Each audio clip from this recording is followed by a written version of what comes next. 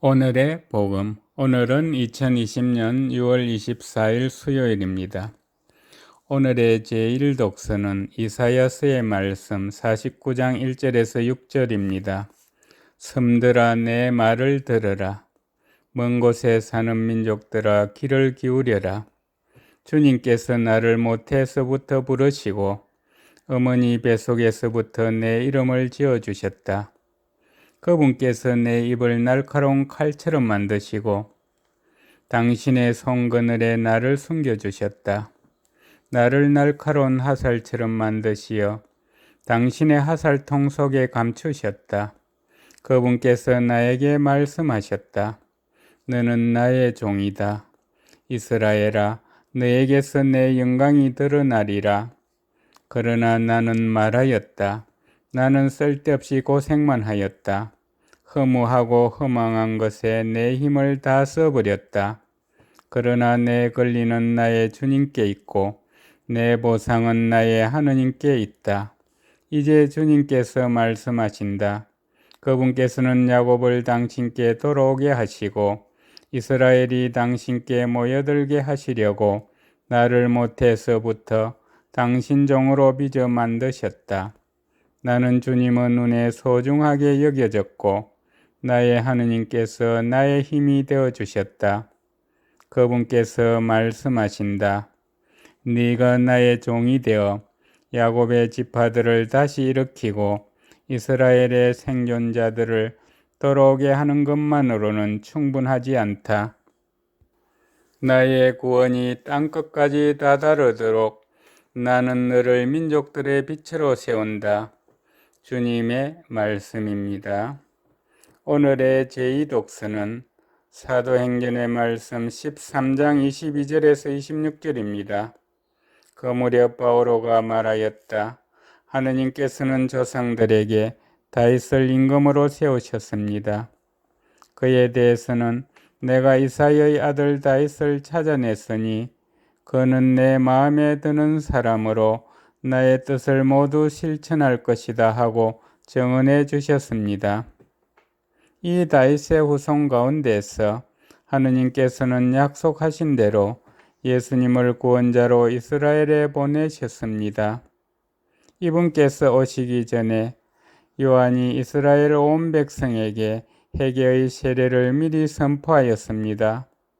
요한은 사명을 다 마칠 무렵 이렇게 말하였습니다. 너희는 내가 누구라고 생각하느냐? 나는 그분이 아니다. 그분께서는 내 뒤에 오시는데 나는 그분의 신발끈을 풀어드리기에도 합당하지 않다. 형제 여러분, 아브라함의 후손 여러분, 그리고 하느님을 경외하는 여러분, 이 구원의 말씀이 바로 우리에게 파견되셨습니다. 주님의 말씀입니다. 오늘의 복음은 루카가 전한 거룩한 복음 1장 57절에서 80절입니다. 엘리사벳은 해산달이 차서 아들을 낳았다. 이웃과 친척들은 주님께서 엘리사벳에게 큰 자비를 베푸셨다는 것을 듣고 그와 함께 기뻐하였다. 여덟해째 되는 날 그들은 아기의 할례식에 갔다가 아버지의 이름을 따서 아기를 저카르야라고 부르려 하였다. 그러나 아기 어머니는 안 됩니다. 요한이라고 불러야 합니다 하고 말하였다. 그들은 당신의 친척 가운데는 그런 이름을 가진 이가 없습니다 하며 그 아버지에게 아기의 이름을 무엇이라 하겠느냐고 손짓으로 물었다. 저카르야는 글 쓰는 판을 달라고 하여 그의 이름은 요한이라고 썼다. 그러자 모두 놀라워하였다. 그때 저카르야는 즉시 입이 열리고 혀가 풀려 말을 하기 시작하면서 하느님을 찬미하였다. 그리하여 이웃이 모두 두려움에 휩싸였다.